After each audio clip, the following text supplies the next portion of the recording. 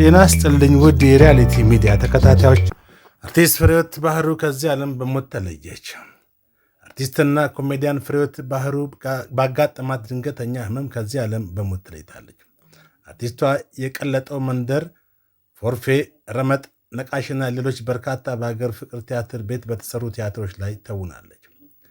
አርቲስት ፍሬህይወት በሀገር ፍቅር ቲያትር ቤት በውዝዋዜና ዳንስ ቀጥሮ ችሎታቸውን በመድረክ ላይ ካሳዩ ከያንያን መካከል አንዷ ነበረች። በሀገር ፍቅር ቲያትር ለበርካታ ዓመታት በሙያው ያገለገለችው አርቲስቷ በበርካታ ፊልሞች፣ የቴሌቪዥንና ድራማ እንዲሁም የሙዚቃ ክሊፖች ላይ በትወና መሳተፏን የሀገር ፍቅር ቲያትር መረጃ አመላክቷል። የኢሬቻ ሆራ ፊንፊኔ በዓል ምክንያት በማድረግ ከመስከረም 23 ቀን 2018 ዓ.ም ከቀኑ 6 ሰዓት ጀምሮ ፕሮግራሙ እስከሚጠናቀቅ ድረስ ለተሽከርካሪዎች ዝግ የሚሆኑ መንገዶች ከዚህ እንደሚከተለው ተጠቅሷል።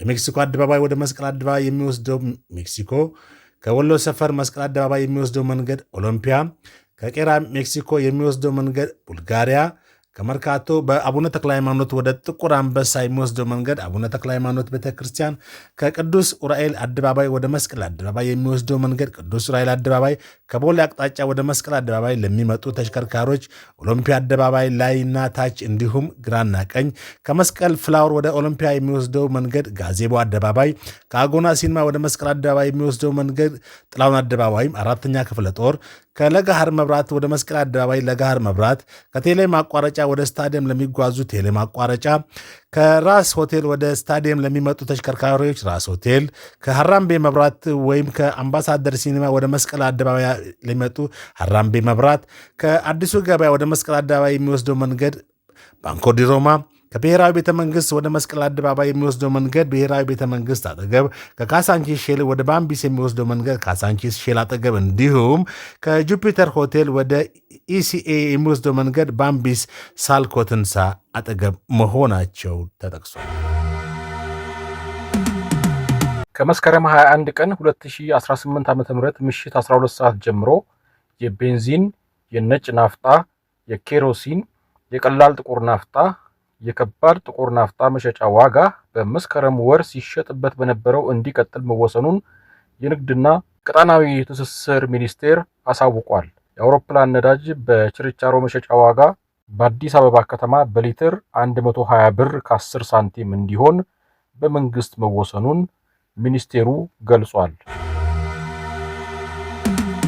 በማህበራዊ ሚዲያ ላይ አንዲት ወጣት በታዳጊዎች ተከባ በኃይል የለበሰችውን ሱሪ እንድታወልቅ ስትጠየቅ የሚያሳይ ተንቀሳቃሽ ምስል ተሰራጭቶ የብዙዎች መነጋገሪያ ሆኗል። ጉዳዩን አስመልክቶ ብዙ ተከታታይ ያላቸው የተለያዩ ግለሰቦች በማህበራዊ ሚዲያ በአካባቢው የባህል ሽማግሌዎች ሴት ሱሪ አትልበስ የሚል አዋጅ መተላለፉንና ይህም ተንቀሳቃሽ ምስል የዚሁ ትዕዛዝ ማሳያ እንደሆነ ሲጽፉና ሲናገሩ ነበር። ቲክቫህ ኢትዮጵያ በዚህ ጉዳይ የወንዶ ገነት ከተማ አስተዳደር መንግስት ኮሚኒኬሽን ጽህፈት ቤት ኃላፊ አቶ መስፍን ዳዊት እና የሰላምና ጸጥታ ጽህፈት ቤት ኃላፊውን አቶ ጡሙራ ዮሐንስን አነጋግሯቸዋል።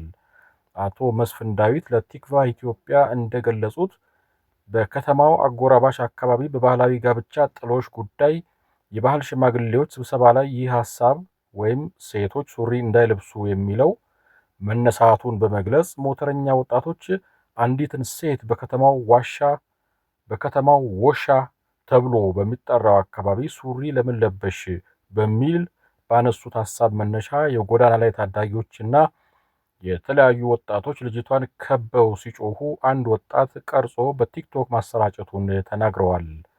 በወረዳው ምንም አይነት የአለባበስ ስርዓትን የሚደነግግ ህግም ሆነ አዋጅ የለም የሚሉት አቶ መስፍን ይህን ተከትሎ በርካቶች ይህን የተሳሳተ መረጃ ሲቀባበሉት ተስተውሏል ብለዋል። ሞተረኛ ወጣቶች በተባራሪ ወሬ የፈጠሩት ወከባ እንጂ ሴቶች ሱሪ አይልበሱ የሚል የተወሰነ ውሳኔ የለም ሲሉ ገልጸዋል። ክልከላው ታውጇል ስለተባለው በመልጋ አካባቢ ከነሱ መዋቅር ውጭ ስለሆነ መረጃ እንደሌላቸው የተናገሩት ኃላፊው ይህን እንደ ምቹ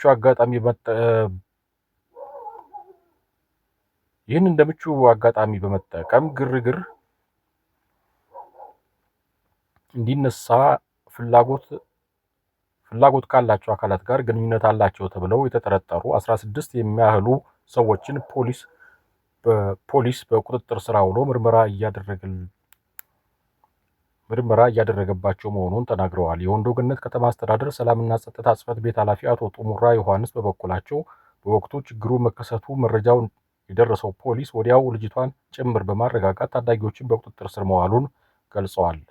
በከተማዋ በአሁኑ ሰዓት ምንም አይነት የሴት ሱሪ ክልከላ አለመኖሩንም አቶ ጡሙራ ለቲክቫ ኢትዮጵያ ገልጸዋል። የአሜሪካ ፕሬዝዳንት ዶናልድ ትራምፕ ሐማስ የጋዛን የሰላም እቅድ እንዲቀበል የ4 ቀናት የጊዜ ገደብ እንደሰጡ ተዘግቧል። ትራምፕ እንደገለጹት የሰላም ስምምነቱን እየቀጠለ ያለው ግጭት ለማስቆም የጋዛን መረጋጋት ወደ ነበረበት ለመመለስና ሰብአዊ እርዳታ ወደ ሕዝብ መድረሱን ለማረጋገጥ ያለመ ነው። ሐማስ ስምምነቱን በተቀመጠው የጊዜ ገደብ ውስጥ ካልተቀበለ ከባድ መዘዝ እንደሚመጣ ፕሬዚዳንቱ አስጠንቅቀዋል። የጋዛ የሰላም እቅድ የጸጥታ ዋስትናዎችን፣ የእርዳታ አቅርቦቶችን እንዲሁም ተጨማሪ ደም መፋሰስን ለማስቆም የታለሙ ፖለቲካዊ ሂደቶችን ያካትታል ተብሏል። ይህ በዚህ እንዳለ ኳታር፣ ግብፅና ቱርክ ሐማስ ለትራምፕ የሰላም እቅድ አዎንታዊ ምላሽ እንዲሰጥ ማሳሰባቸው ተዘግቧል።